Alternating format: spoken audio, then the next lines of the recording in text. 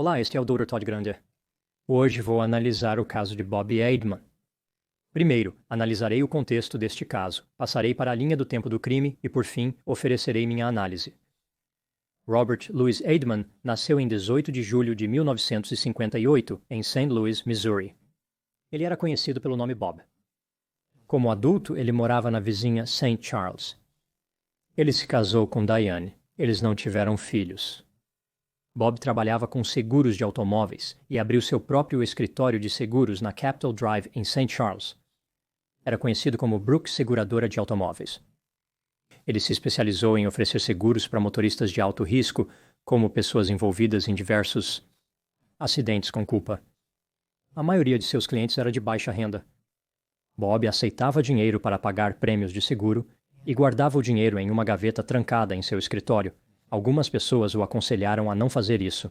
No entanto, aparentemente, ele achou que estaria tudo bem. O negócio de seguros era desafiador para Bob. Até 2007 ele estava em uma má posição financeira.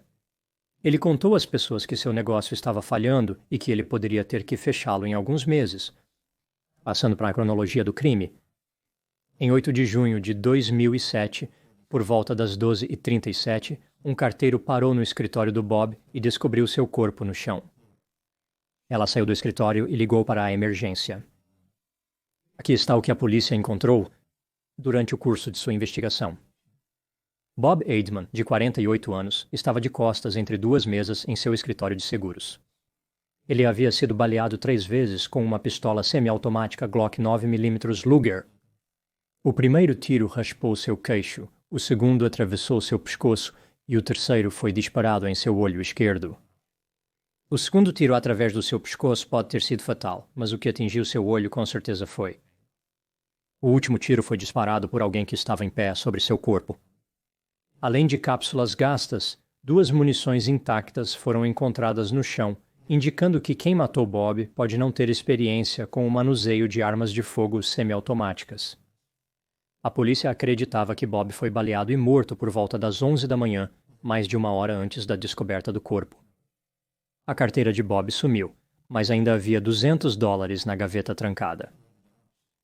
A polícia cortou o bolso das calças de Bob, que continha a carteira, e enviou para um laboratório para teste de DNA. A ideia aqui é que eles possam capturar o DNA de quem quer que tenha enfiado a mão no bolso dele e pegado a carteira. Um vídeo de vigilância de um negócio vizinho capturou um Ford Focus branco com 2 pessoas dentro, passando às 10h50 da manhã. E novamente, às 10h54 da manhã. O vídeo era de baixa qualidade. Não havia como identificar quem estava no veículo. A princípio, a polícia cogitou o envolvimento de Diane, esposa de Bob, em seu assassinato. Acharam a reação dela ao descobrir sobre o homicídio incomum, como se não estivesse tão abalada quanto esperavam. Investigadores descobriram que essa não foi a primeira vez que a morte atingiu alguém próximo a Diane. Em 1984, Jerome, o pai dela, foi assassinado em casa. Jerome havia sido um policial. Ele mantinha seu revólver de serviço em casa. Uma noite, a polícia foi chamada à sua casa. Lenora, esposa de Jerome, afirmou que um intruso o matou com seu próprio revólver. Ela ainda afirmou que estava sendo perseguida por um homem negro. A polícia não achou evidências de um homem negro perseguindo-a na área. Após ser solta sob fiança, Lenora morou com Bob e Diane. Em 1985, Lenora foi considerada inocente do assassinato de Jerome. Apesar do veredicto, os investigadores acreditavam na culpa de Lenora, questionando se Diane foi inspirada pela mãe. Tipo, Diane matou Bob acreditando que ela poderia replicar o sucesso que sua mãe teve ao eliminar seu pai? Outras evidências também apontavam a polícia para Diane. Ela disse a eles que acreditava que havia uma apólice de seguro sobre Bob de cerca de $5.000. Na realidade, havia várias apólices sobre ele de cerca de $400.000. Como se tudo isso já não fosse suspeito o suficiente, a polícia descobriu que Bob tinha uma vida secreta que poderia ter irritado Diane. Bob era extremamente ativo em sites que apresentavam atividade homossexual. Ele estava interessado em massagens e em estabelecer contato sexual com homens. Os investigadores perceberam que ele se comunicava com um homem chamado Drew, de Independence, Missouri, a 220 milhas a oeste de St. Charles. eles contataram Drew e descobriram que os dois homens tinham um caso. Drew contou como ele e Bob se encontravam no meio do trajeto entre as cidades de St. Charles e Independence e tinham um contato íntimo em quartos de hotel. Os homens sonhavam em construir uma vida juntos, pelo menos de acordo com Drew. A polícia suspeitou de Drew, mas ele tinha um álibi incontestável. Ele foi descartado como suspeito. Drew disse algo durante uma entrevista que focou mais atenção na esposa de Bob, Diane. Pouco antes de Bob ser assassinado, Diane havia lido um e-mail entre Drew e Bob. Ela descobriu sobre o caso, o que levou a uma discussão com seu marido. Quando questionada pela polícia, Diane afirmou que a discussão não foi tão séria assim. Ela estava magoada principalmente porque Bob compartilhou sentimentos íntimos com Drew e não com ela. Bob explicou para Diane que não estava tendo um caso. Na verdade, ele só fantasiava. Essa relação apenas aliviava o estresse. Diane parecia não entender que Bob era gay. Ela exigiu que ele terminasse com Drew, mas não parecia preocupada além disso. Apesar de Bob prometer a Diane que não veria mais Drew, ele retomou o relacionamento. Diane provavelmente desconhecia esse detalhe. Diane tinha um álibi, mas a polícia se perguntava se ela poderia ter contratado alguém para matar Bob devido à descoberta deste caso. Eu disse antes que a polícia mandou fazer teste de DNA no bolso traseiro das calças de Bob. Em março de 2010, os resultados voltaram. Além do DNA de Bob, o bolso dele continha DNA de um homem chamado Paul White. Paul foi um dos clientes de seguro de Bob. Ele teve experiências negativas prévias com a polícia. Paul passou 15 anos na prisão por roubo e atualmente está preso por falsificação. A polícia o entrevistou em setembro de 2010, mas ele negou envolvimento no assassinato de Bob. Eles explicaram a Paul como seu DNA foi encontrado nas roupas de Bob, mas Paul disse que isso era impossível. Os investigadores descobriram que uma multa por registro vencido havia sido emitida para um homem chamado Cleo Hines, que era amigo de Paul White. Na época do assassinato de Bob, Cleo morava com Paul. O carro que Cleo dirigia quando foi multada e o registrado pela câmera perto do escritório de Bob eram ambos Ford Focus. A polícia interrogou Cleo. Aqui está o que ele disse a eles. No dia em que Bob foi morto, Paul se aproximou dele com uma arma e disse que iriam realizar um assalto. Cleo não tinha escolha. Ele foi forçado a seguir o plano de Paul. Ele deixou Paul no escritório do Bob. Após 5 minutos, Paul saiu. Presumivelmente, Paul realizou um roubo e assassinou Bob nesses 5 minutos. Com essa confissão, a polícia entrevistou Paul novamente. Eventualmente, ele confessou. Aqui está o que Paul disse à polícia. Na manhã do assassinato, Paul perdeu dinheiro em um cassino e queria obter mais. Ele e Cleo planejaram roubar pessoas em um Walmart, mas estavam com medo de todas as câmeras. Paul sugeriu que roubassem o Bob. Ele visitou o escritório do Bob há mais de 2 meses para fazer um pagamento em dinheiro, sabendo que haveria dinheiro no local. Os 2 homens entraram no escritório do Bob usando bandanas para disfarçar suas identidades. O plano era para Cleo segurar a arma de fogo que pertencia a Paul, enquanto Paul pegava o dinheiro da gaveta da mesa. Durante o assalto, Cleo atirou e a bala raspou o queixo de Bob. Bob negou ter mais dinheiro e Cleo atirou nele novamente, fazendo Bob cair no chão. Depois que Paul perguntou a Cleo se Bob estava morto, Cleo atirou nele pela 3ª vez. Os homens roubaram a carteira de Bob, que tinha $300. Eles logo perderam o dinheiro em um cassino.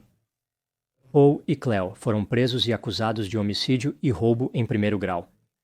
Em 2 de agosto de 2012, Paul White foi condenado em ambas as acusações. Em setembro, ele foi condenado a 2 prisões perpétuas consecutivas. Paul não tem a oportunidade de ser libertado em liberdade condicional. Em 24 de agosto de 2012, Cleo Hines aceitou um acordo de Alford por homicídio em 2º grau e roubo em 1º grau. Um acordo de Alford é um acordo em que o réu aceita as consequências de uma confissão de culpa enquanto mantém a sua inocência. Eles alegam que o Estado possui provas suficientes para condená-los, porém ainda não admitem culpa. Em outubro de 2012, Cleo foi condenado a 2 penas de prisão perpétua simultâneas, com a possibilidade de liberdade condicional. Sua primeira chance de liberdade será em 2054. Agora passando para a minha análise. Aqui estão alguns pontos que se destacaram para mim neste caso. Item número 1. Não há dúvida de que tanto Paul quanto Cleo foram culpados de assassinato. Aparentemente, eles conspiraram para roubar e assassinar Bob Eidman. Eles provavelmente nunca disfarçaram seus rostos com bandanas ou qualquer outra coisa porque pretendiam matar Bob o tempo todo. Acho que eles foram motivados pelo desejo de voltar ao cassino. Os homens queriam mais dinheiro para jogar. Eles fariam de tudo para alcançar seu objetivo. Infelizmente, o hábito de Bob de guardar dinheiro em uma gaveta em seu escritório foi tudo o que foi necessário para atrair a atenção de criminosos homicidas e gananciosos. Ele não percebia o desespero das pessoas por uma pequena quantia de dinheiro. Item número 2. Ao olhar apenas o começo e o fim da história do Bob, o caso é bastante direto. Bob foi assassinado por pouco dinheiro. Infelizmente, roubos e assassinatos como este acontecem o tempo todo. No entanto, a parte central do caso é muito mais interessante. Durante a investigação, antes dos resultados do DNA voltarem, a polícia examinou as atividades do Bob. Ninguém suspeitaria que Bob estava tendo um caso com um homem e parecia ser viciado em sites de roupas voltados para o público gay. Todos achavam que conheciam completamente o Bob. Ele mantinha essa parte da vida em segredo? Infelizmente, essa atividade apenas levantou mais suspeitas sobre sua esposa, Diane, pois agora ela tinha um motivo ainda maior para prejudicá-lo. Quando as pessoas consideram a infidelidade, raramente pensam como, no caso de seu próprio assassinato, isso poderia ser usado como evidência para a polícia perseguir um inocente. As pessoas geralmente não esperam ser assassinadas. Ou, se considerarem a possibilidade, podem pensar consigo mesmos que seus problemas estarão resolvidos. Os demais conseguem se virar. Isso me leva ao item número 3. Diane teve uma quantidade impressionante de azar neste caso, o que fez com que a polícia a observasse de perto. Ela deu à polícia informações incorretas sobre o seguro de vida do Bob, o que pode ou não ter sido um erro honesto. Anos depois, a mãe de Diane foi acusada de assassinar o pai de Diane. Seu marido Bob estava tendo um caso secreto com um homem no momento de seu assassinato. Diane acabara de descobrir sobre o caso. Bob continuou o caso apesar de ter sido pego, e a polícia achou que Diane não teve a resposta emocional correta à morte de Bob. Diane teve muita sorte de ter um álibi e que a polícia não se precipitou. Os investigadores mantiveram a mente aberta sobre quem poderia ter matado Bob. Ao final, o DNA revelou os reais assassinos. Diane não estava envolvida no assassinato do marido. Ela também foi uma vítima neste caso. Agora, passando para minhas considerações finais. Uma lição que aprendemos com este caso é esta. Muitas vezes, quando uma vida secreta é descoberta, a vida envolve sexo de uma forma ou de outra. É um comportamento que leva algumas pessoas a correr riscos incríveis, incluindo decisões financeiras ruins. Neste caso, mesmo administrando um negócio falido, Bob estava motivado o suficiente pelo sexo para dirigir horas pelo Missouri e alugar quartos de hotel para estar com sua amante. No final, sua vida secreta não estava realmente ligada ao seu homicídio. Estava apenas lá. Os dois eventos ocorreram simultaneamente, mas eram totalmente independentes. Eu acho que a segunda lição que poderia ser aprendida neste caso seria que, em casos de assassinato, quase não há segredos. Está sujeito a ser descoberto. Essas são minhas considerações sobre o caso de Bob Eidman. Muito obrigado por assistir. Falo com você em breve.